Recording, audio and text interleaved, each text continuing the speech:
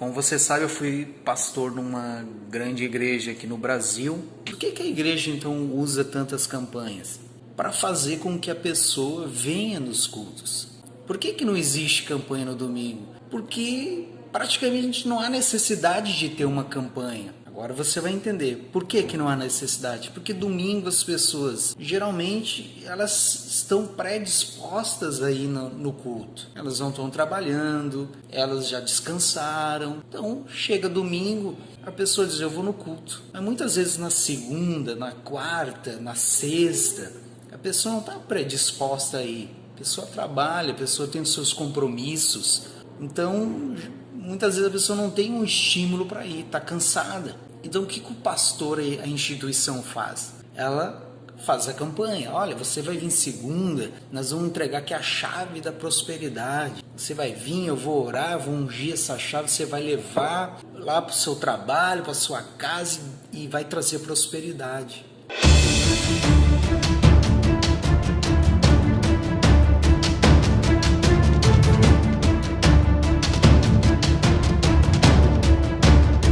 Então eu fui então auxiliar esse pastor, foi um outro auxiliar junto comigo também, e a gente ficou lá. Quando eu vinha para Porto Alegre, esse outro auxiliar ficava lá, e foi um pouco melhor, porque a estrutura então na cidade de Canoas era um pouquinho melhor e tal, sabe, e eu já vinha cansado daqueles 2 anos e 2 meses aqui em Capão da Canoa, passando trabalho, não tendo descanso, era terrível. Mas logo em seguida, depois de, eu acho, 1 mês, o outro auxiliar que estava comigo ali em Canoas foi dispensado, né, ali da igreja de Canoas, voltou para a sede e ficou só eu lá. Daí a coisa piorou, né, porque eu não tinha mais não tinha folga, mas eu conseguia ter aquela saída que eu vinha para Porto Alegre. Aquilo ali ajudava você a esparecer um pouco, né? Sair da rotina, não ficar só dentro ali da igreja, vivendo aquilo ali 24 horas. Né? Você acorda ali, você dorme ali, você não pode arredar o pé, você tem que ficar ali com a igreja aberta, aquela coisa. E ficou a mesma situação, né? Sem ter folga, 8 horas da manhã, 10 da noite, né? Só saía na sexta-feira para vir na sede, fazer os cultos que eu fazia na sede em Porto Alegre, e era essa situação, né? Daí eu fiquei ali em Canoas até fevereiro de 2007. Eu cheguei ali então em Porto Alegre em outubro mais ou menos, e fevereiro de 2007 o líder estadual me chama no escritório, né? E eu vou lá e tal.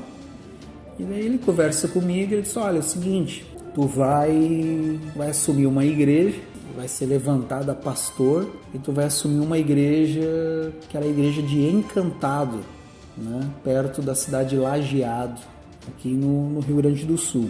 Então tu vai assumir a igreja lá e tal, me passou algumas coisas assim e tal, mas até esse momento eu não sabia como.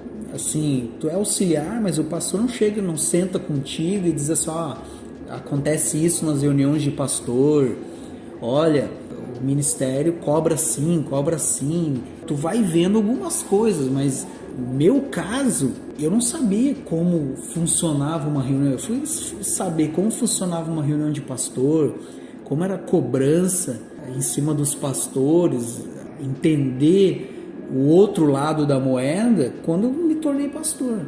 Então ele me falou, olha, tu vai ter a reunião de pastor agora, tu vai na reunião de pastor e depois da reunião de pastor tu vai para Encantado. Então ali eu vou assumir a minha primeira igreja, começa uma nova fase então. Então eu vou para a reunião de pastor, logo depois eu vou para a igreja tinha se eu não me engano uma Kombi. Aí eu botei minhas coisas numa Kombi, não era muita coisa, né? Mas era roupa e que já era pouca, né?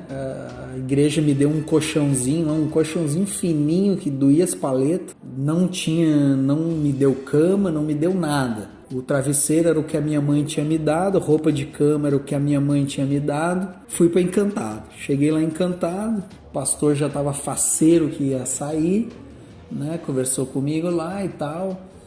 E disse lá a situação, eu perguntei para ele ali da situação da igreja, se tinha muita gente, se não tinha. Ele disse que não, tinha bem pouquinha gente e tal. Me deu um número lá de pessoas que na verdade eu nunca vi aquele número de pessoas.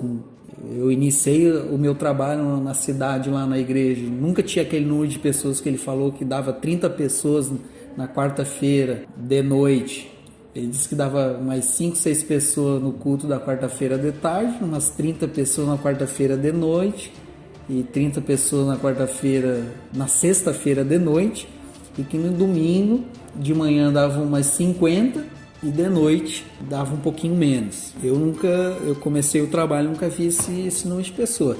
Tanto é que o meu primeiro culto na Cidade de Encantado foi numa quarta-feira de noite e deu uma pessoa só. E essa única pessoa ainda era visitante, que era da igreja quadrangular.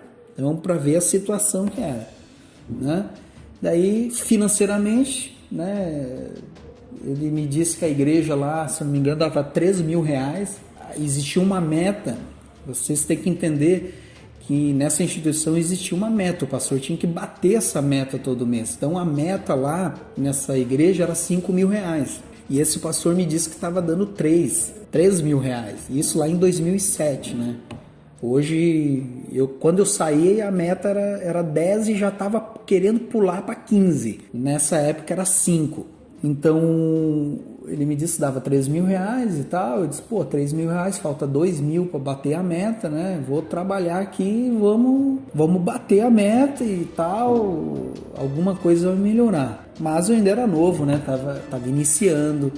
Eu acreditava em muita coisa que a instituição pregava, né? Só para vocês terem uma ideia, eu li em português quase todos os livros do Kenneth Hagin. O Kenneth Hagin é o pai da teologia da prosperidade, que é quem influenciou o líder dessa instituição. Que, na verdade, toda essa doutrina da determinação é uma síntese do que o Kenneth Hagin, pregador americano, famoso pregador americano, pregava e ensinava, né? Que escreveu O Nome de Jesus e tantos outros livros. Eu, em português, eu não li.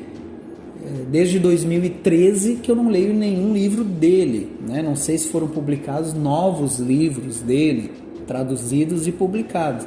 Eu não, na época, quando eu li o último livro dele, vamos dizer assim, eu só não tinha lido uns 3 ou 4 livros dele que haviam ainda publicados em português, mas que eu não tinha lido. Hoje, na minha biblioteca, eu ainda não me desfiz desses livros. Eu ainda possuo esses livros, né? Então, se você ir na minha biblioteca, na minha casa, você vai ver que os livros estão ali.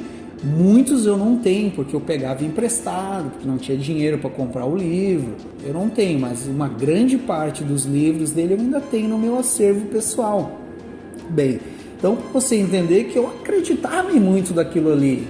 Apesar de estar vivendo aquele sistema ali, ser um sistema penoso, desumano, e ainda não pregar um evangelho conforme o que Jesus ensina, mas assim como os membros, eu também acreditava e pregava, e replicava aquele ensinamento, né? Porque infelizmente eu tinha e era necessário entender o verdadeiro evangelho, entender muitas coisas, né?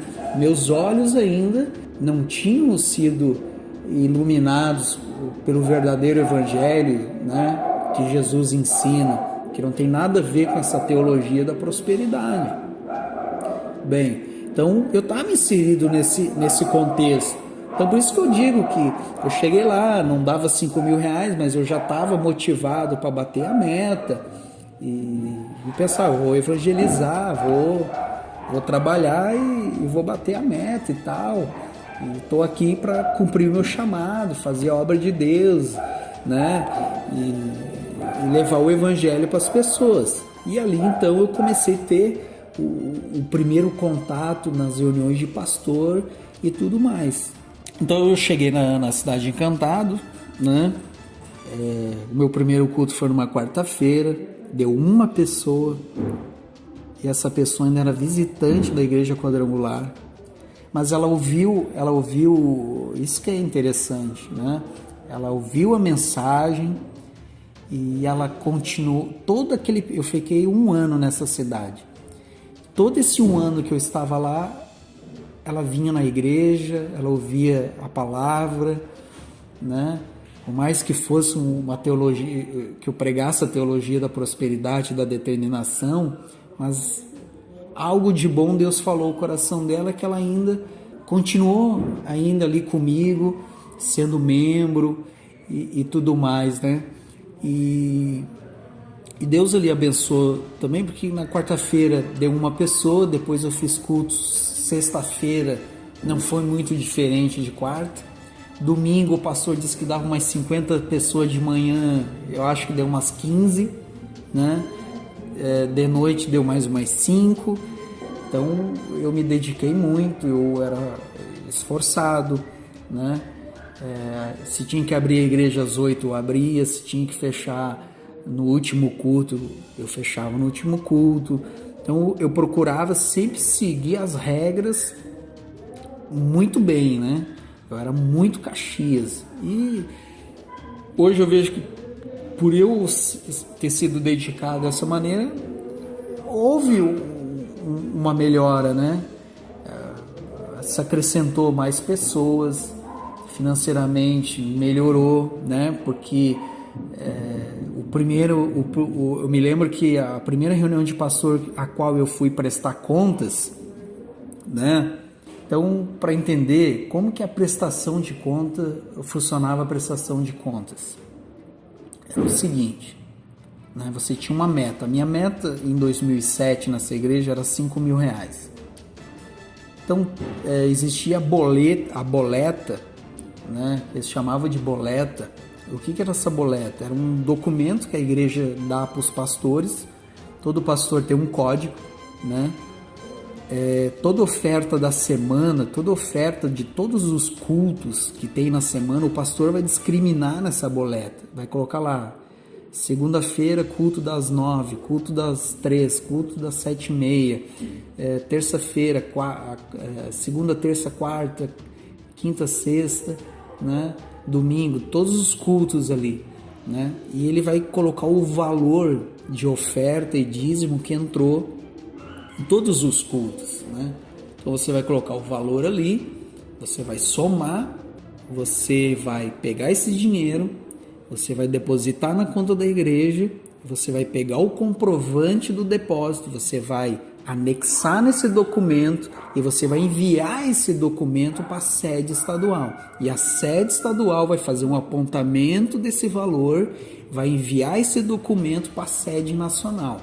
Então, toda semana, toda segunda-feira, por isso que você aí que é membro, você vai no Bradesco, eu não sei qual banco que eles estão utilizando hoje em dia, mas você vai no Bradesco, o Banco do Brasil, e você vê lá um monte de pastor na segunda ou na terça, né? Aquela fila de pastor, né? Geralmente nos grandes centros, que nem Porto Alegre, aquela fila de pastor, tudo depositando o dinheiro das ofertas. E daí você vê o pastor lá 10 minutos, 15 minutos, 20 minutos lá e o cara do caixa contando o dinheiro. Para você ver que não é pouco dinheiro que entra, né? Dependendo da igreja, é muito dinheiro que entra.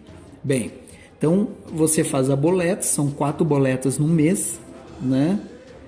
E toda semana você faz uma, envia, soma-se os valores e ali vai dar o valor que entrou de dinheiro na sua igreja. E daí você tem aquela meta para bater. A minha meta lá era 5.000, né? Só que o meu primeiro mês deu R$700 ao todo, né? R$700 ao todo. Quando eu cheguei na reunião de pastor, né? Eu fiquei apavorado. Disse, pô, meu, o pastor disse que dava 3.000, né? O pastor disse que dava 3.000. Por que deu 700? Né? Não entendi. Por que deu 700? Né? O cara disse que dava 3.000. Eu não vi esses outros 2.300. Cadê esses outros 2.300? Onde que ele tirava esses outros 2.300? Ele deveria arrancar até sei lá o que das pessoas, né? Bem, cheguei na reunião, né? Eu me lembro que a reunião de pastor, tinha sido trocado o regional, tinha vindo uma pastora para ser regional de Porto Alegre, né? Havia o líder estadual, depois tinha o regional que cuidava mais ou menos umas 80 igrejas da região de Porto Alegre, que era subordinada ao estadual. Então era essa regional, que era uma pastora, que foi a minha primeira líder regional, né? Então eu me lembro que essa reunião de pastor foi ela que coordenou. E daí ela foi lá, né? Pelo ordem alfabética. Chega um determinado momento que ela começa a pegar o relatório das igrejas e ela começa lá, a igreja de Alvorada, deu tanto. Se o pastor bateu a meta que ele tem no mês, né? Ela diz, muito bem, o pastor lá cresceu 2.000, né? Se ela olha lá e o pastor caiu, né? Ela já faz uma cara feia pro pastor e diz, pô, pastor, caiu lá, hein? E assim vai. Quando chegou na letra E de Encantado, que ela olhou R$700, ela falou assim, bem brava, né? Quem é o pastor de Encantado?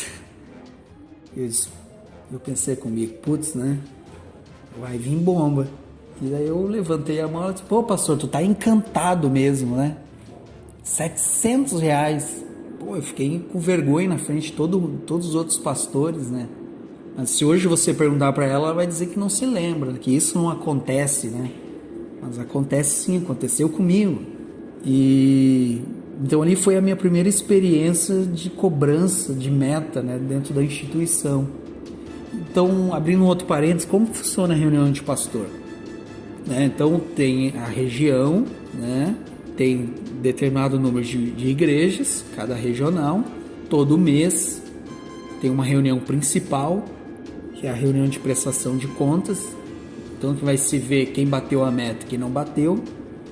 Então inicia-se a reunião com todos os pastores presentes, o regional inicia com uma oração e tal, faz aquela busca, mas para entender assim, as orações já é toda voltada para aquela questão assim, Deus abençoa nossas igrejas, vem prosperar o povo, vem trazer crescimento. O crescimento é dinheiro, né? O crescimento que eles falam não é assim, de sabedoria, que as pessoas venham se tornar melhores, que as pessoas venham se tornar mais humanas, venham se tornar mais parecidas com Jesus, venham se tornar mais praticantes do Evangelho, venham se tornar pessoas melhores, né? Que Jesus nos ensinou no Evangelho a como nos tornar melhores a cada dia, mas para eles o crescimento é financeiro.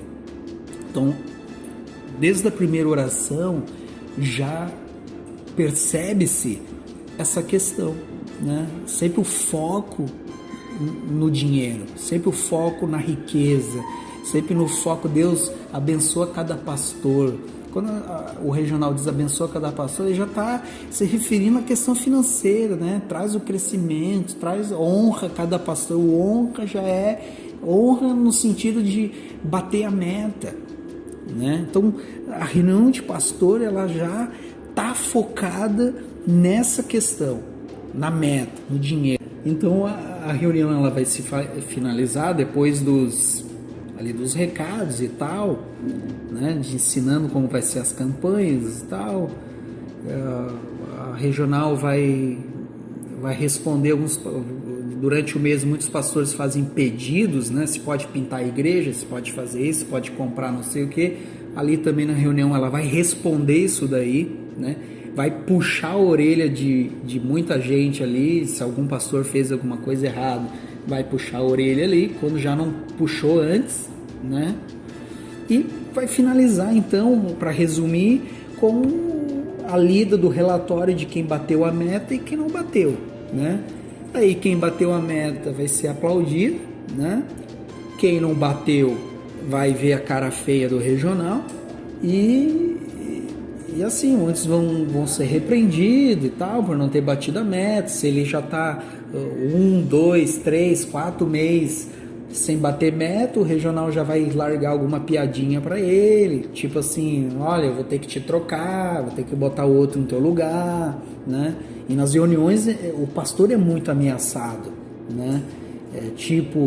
O pastor que não cresce, eu vou ter que mandar ele lá para não sei... Aqui existia um bordão no Rio Grande do Sul, existe uma cidade perto de Santa Maria que se chama Manuel Viana, se não me engano é perto de Santa Maria, e essa cidade tinha uma igreja da instituição e tinha a fama de ser a pior cidade do estado para a igreja, né? Onde não crescia, não entrava dinheiro. Quando alguém ouvia Manuel Viana, o pastor já dizia, eu não quero ir para lá, né? Porque ele ia passar trabalho, não ia conseguir bater meta, ele ia se ferrar, né? No bom popular. Então, quando o regional sempre usava esse termo para ameaçar, para pressionar os pastores, olha, se você não crescer, eu vou te mandar para Manuel Viana, né? O pastor que não cresce é que nem rabo de cavalo, só para baixo, né? Tem pastor que cresce como rabo de cavalo, só para baixo, né? E é o pastor ruim, eu vou trazer para a sede para limpar banheiro. Então você começa a ver como a igreja, a instituição trabalha na mente do pastor, né? Onde o pastor que não cresce, ele é envergonhado, o pastor que não cresce, ele não é de Deus, o pastor que não cresce é porque ele é rebelde, porque ele não faz o que o líder manda, porque aquele que faz o que o líder manda cresce, aquele que faz o que o líder pede é o pastor bom, é o pastor que vai pegar a igreja maior, pegando a igreja maior ele vai ter um salário maior, ele vai ter regalias. Então o pastor em todo momento ele é pressionado para arrancar dinheiro, ele é pressionado e ao mesmo tempo motivado para isso, porque no momento que o regional diz, olha, se o fulano se crescer, vai para uma igreja maior, né? Daí nas reuniões tem as trocas, né? Daí você vê lá um pastor que está numa igreja que ele pegou lá, sei lá, com 20 mil reais todo mês e ele passou por uma arrecadação de 30, né? Aquele ali daqui a pouco, daqui um ano e meio, ele vai para uma igreja de 40, né? Uma igreja maior. Daí os outros pastores olham aquilo, né? Diz, pô, eu também preciso crescer, né? Daí daqui a pouco aquele pastor que cresceu da igreja, que foi para uma igreja maior, o salário dele aumentou, ele compra um carro melhor, né? Então esse círculo, esse universo dos pastores é muito interessante, né? Como a igreja trabalha para pressionar e motivar o pastor a arrancar dinheiro. Então, é como eu falei, o pastor honesto, o pastor de caráter, no início porque ele acredita naquilo ali, ele tem uma sinceridade no coração com Deus, e como tudo é muito bem explicado, muito bem amarrado e justificado, ele vai no embalo, ele vai acreditando. Aquele que já é mau caráter já tá ali para aquilo ali mesmo, para andar de carrão, para ganhar dinheiro, né? Para criar fama, e é o cara que quer se dar bem, né? Quem vai sofrer é aquele que é honesto, que é correto, porque vai chegar uma hora ele vai ter, como se diz, roer a corda, ele vai ter que dizer tchau, ele não vai suportar, ele não vai aguentar tudo isso, porque nenhuma pessoa honesta e humana vai continuar isso por muito tempo. Vai chegar uma hora ele vai ter que tomar uma decisão, né? E a decisão vai ser sair. Não tem condição de continuar dessa maneira. O evangelho não foi feito para o enriquecimento do pastor, né? O evangelho, Jesus não nos ensinou um evangelho de barganha, de troca. Jesus não é um supermercado, né? Não é. Mas eles ensinam isso por quê? Porque eles querem a grana, eles querem o material, né? Eles não estão nem aí preocupados com o espiritual, né? E então a reunião de pastor é isso, né? No final ali vai ser cobradas as metas e tal, é feito todo esse sistema para controlar os pastores e também para que os pastores não saiam, né? Para eles não ficarem sem pastor, né? E tudo mais. Então eu fui na minha primeira reunião de pastor, ali eu comecei a ver essas coisas, né? Mas como você está iniciando, você sempre diz o seguinte, dentro de você, eu tenho que olhar para Deus. É muito falado isso pelos líderes, pela cúpula. Você tem que olhar para Deus, não olha para o homem é falho. E você vai indo. Outra coisa importante, ano a ano as coisas vão mudando. Ano a ano, na minha experiência, as coisas foram piorando, né? Quando eu comecei lá em Encantado, era uma coisa. Depois as coisas foram apertando e apertando.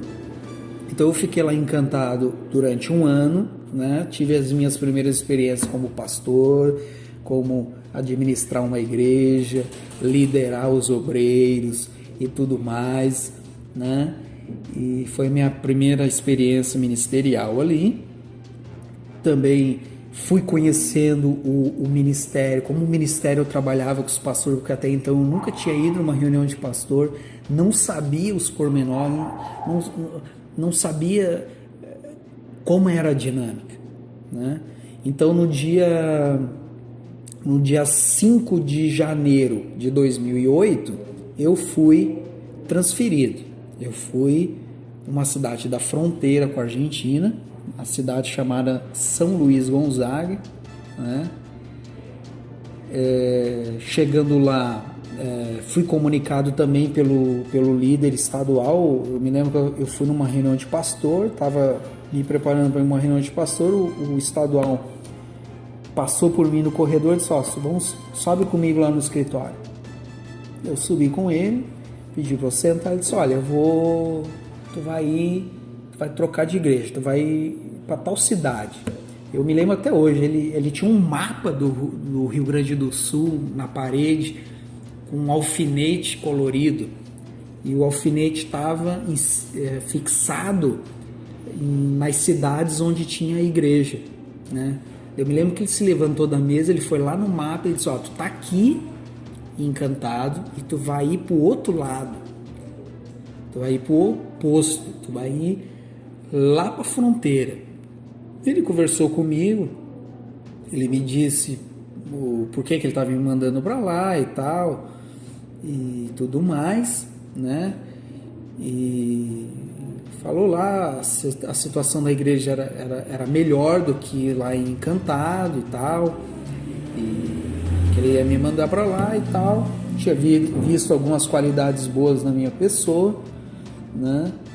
E era para eu ir e tal, arrumar minhas coisas, que o caminhão da mudança ia passar lá, levando o outro pastor, que ia me substituir, né, em Encantado, e eu iria então viajar. Era uma viagem de aproximadamente 6, 7 horas de viagem até a cidade de São Luís Gonzaga. Bem, então eu cheguei em São Luís Gonzaga. Qual era a situação em São Luís Gonzaga, né? São Luís Gonzaga tinha uma meta também de R$5.000 que o pastor tinha que bater todo mês. Porém, o São Luís Gonzaga tinha meses que conseguia chegar nos R$5.000, pelo que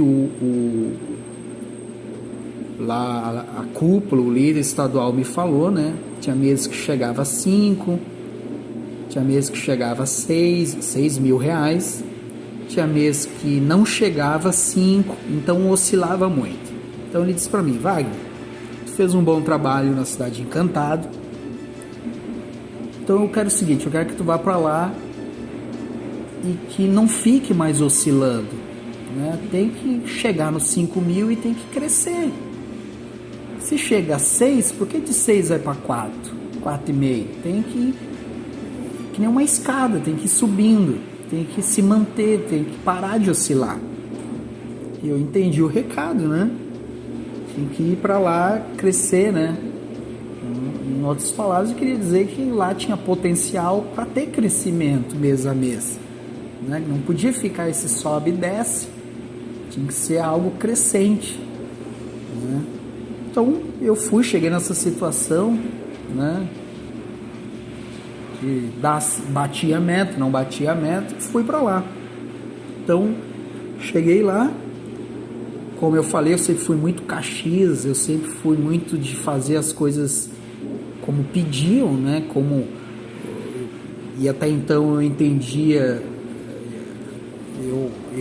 que as coisas tinham que ser daquela maneira, meus olhos não tinham sido abertos ainda, estava num processo, né? Então eu fui para São Luís Gonzaga, e eu cheguei em janeiro. O meu primeiro mês eu já dobrei o valor de arrecadação do pastor anterior. Aí talvez você pense assim, então você arrancava a ovelha das lãs. Não, eu fazia aquilo que eles pediam para eu fazer, né? Eu passava o envelope de Santa Ceia, eu passava os envelopes que eles pediam, né? Não ficava assim fazendo o que muitos pastores fazem, né? Estipulando valor e fazendo coisas absurdas, né? Eu fazia o básico do que eles pediam, né? Porque eu não gostava de ficar pedindo dinheiro, ficar arrancando dinheiro das pessoas, né? O meu trabalho era evangelizar, era pregar o evangelho, fazer as reuniões, né? Abrir a igreja e tal, esse tipo de coisa, e fazer os envelopes. A gente era obrigado a passar os envelopes, tinha as metas, e fazendo esse básico, né? Veio o resultado, né? A igreja, o número de pessoas aumentou também. Isso tem que ser entendido. Aumenta o número de pessoas, vai aumentar a oferta, vai aumentar o dízimo. Aumentou o número de pessoas, né? Eu me lembro que quarta-feira de tarde chegava a dar 80 pessoas, sexta-feira de tarde dava 80 pessoas, às vezes chegava a dar 90 pessoas, à noite dava um bom número de pessoas também, né? Repetindo à tarde e à noite, né? Domingo, por ser uma cidade que era interior, domingo não havia ônibus, não havia um sistema urbano de transporte, então muitas pessoas tinham dificuldade de sair do interior e ir para a igreja. Então às vezes domingo reduzia um pouquinho o número de pessoas, porque elas não conseguiam ir para a cidade, né? São Luís Gonzaga é uma cidade que depende muito da agropecuária, né? Da agricultura, né? É o ganha-pão muito das pessoas ali. Existe um pouco de comércio também. Então aumentou muito o número de pessoas e a arrecadação aumentou, então deu esse salto. Então foi um período que eu fiquei tranquilo. Eu pensei, a meta era 5, tá em 9, 9,5, 10, então eu dobrei, né? Tô tranquilo, posso descansar, não preciso ficar com a minha cabeça presa nisso, porque como existe uma meta e o pastor é cobrado na meta, o pastor, o quanto ele não bate a meta, a cabeça dele, a pressão é tão grande que ele acorda e dorme pensando, eu preciso bater a meta, preciso entrar tanto de oferta nesse culto, essa semana tem que entrar tanto, o pastor está sempre contando o dinheiro para ver quanto falta para bater a meta, para você imaginar, para você ter uma noção como que é, né? Quando o pastor vê que a coisa tá fraca, né, que não tá entrando dinheiro, ele começa a ficar preocupado. É onde você percebe que o pastor começa a passar envelope que nem doido, né? Começa a inventar coisa para tirar dinheiro, passar chaveiro, passar isso, passar aquilo, passar um monte de coisa, né? E o que a instituição fazia para também arrecadar dinheiro? Vendia CD, vendia Bíblia, vendia de tudo, vendia óleo ungido, vendia CD, DVD, livro, Bíblia, tudo que você pensar era vendido dentro da igreja, né? Eu também nunca gostei muito disso, né? Porque eu entendia que, a igreja não é comércio, não é uma empresa. A gente está ali para pregar o evangelho, mas você tinha que fazer, né? E você está iniciando, você acredita em muita coisa. Como eu digo e repito, as coisas são muito bem justificadas, que você, se for preguiçoso e não estudar, você vai ficar a vida toda acreditando que aquilo ali é verdade. Então, até um certo momento, você pergunta, como um pastor fica 10, 15 anos? Porque ele acredita, mas chega uma hora que ele abre os olhos, né? Então, até aquele momento, eu acreditava. Então, a igreja começou a entrar esse valor, eu fiquei mais tranquilo e tal, né? O trabalho estava indo bem, né? A questão do dinheiro estava sossegado, então eu fiquei mais tranquilo. Porém, o meu último ano nessa cidade, o que aconteceu? Foi nos passado, né, em reunião estadual, que a igreja tem um programa de televisão, a televisão lá, e a igreja tinha que renovar o contrato lá com o programa. E a televisão lá, e vocês sabem qual é, estava pedindo um valor lá para poder passar o programa, né? E esse valor era bem alto. Então o que o líder da instituição fez? A meta era 5. Imagina, a meta era 5, eu estava em 10. Quer dizer, eu estava o dobro da meta, né? Isso lá em 2008. Então você imagina, estamos em 2020. Imagina quanto que está entrando de dinheiro hoje, né? Então você imagina, estava 10, tá? De repente, para ele poder vencer esse contrato, né? Ele passou da meta minha de 5, ele passou para 10. Quer dizer, quem estava folgado agora não estava mais. Quer dizer, eu já não estava batendo a meta. Estava e não estava, estava ali no 10. De 10 tem que subir, né?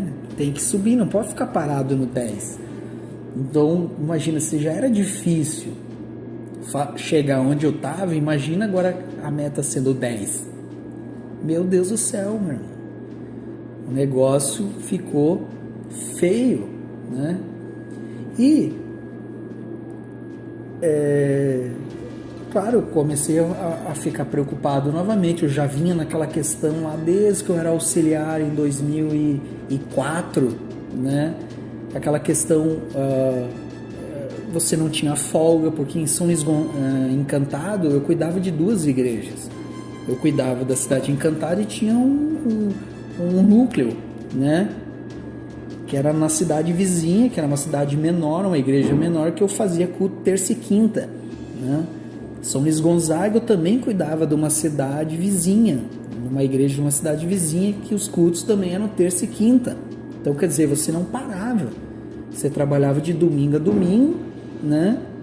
Você tinha que abrir a igreja todos os dias, das 8 da manhã às 10 da noite, sem folga, sem férias, sem descanso, sem lazer, longe da família. Eu pergunto para você, meu amigo, que está me ouvindo, que está aí ouvindo pelo canal do Rafna, quem que aguenta ficar 4 anos, 5 anos numa rotina pesada dessa? Pressão em cima de pressão. Quem que aguenta?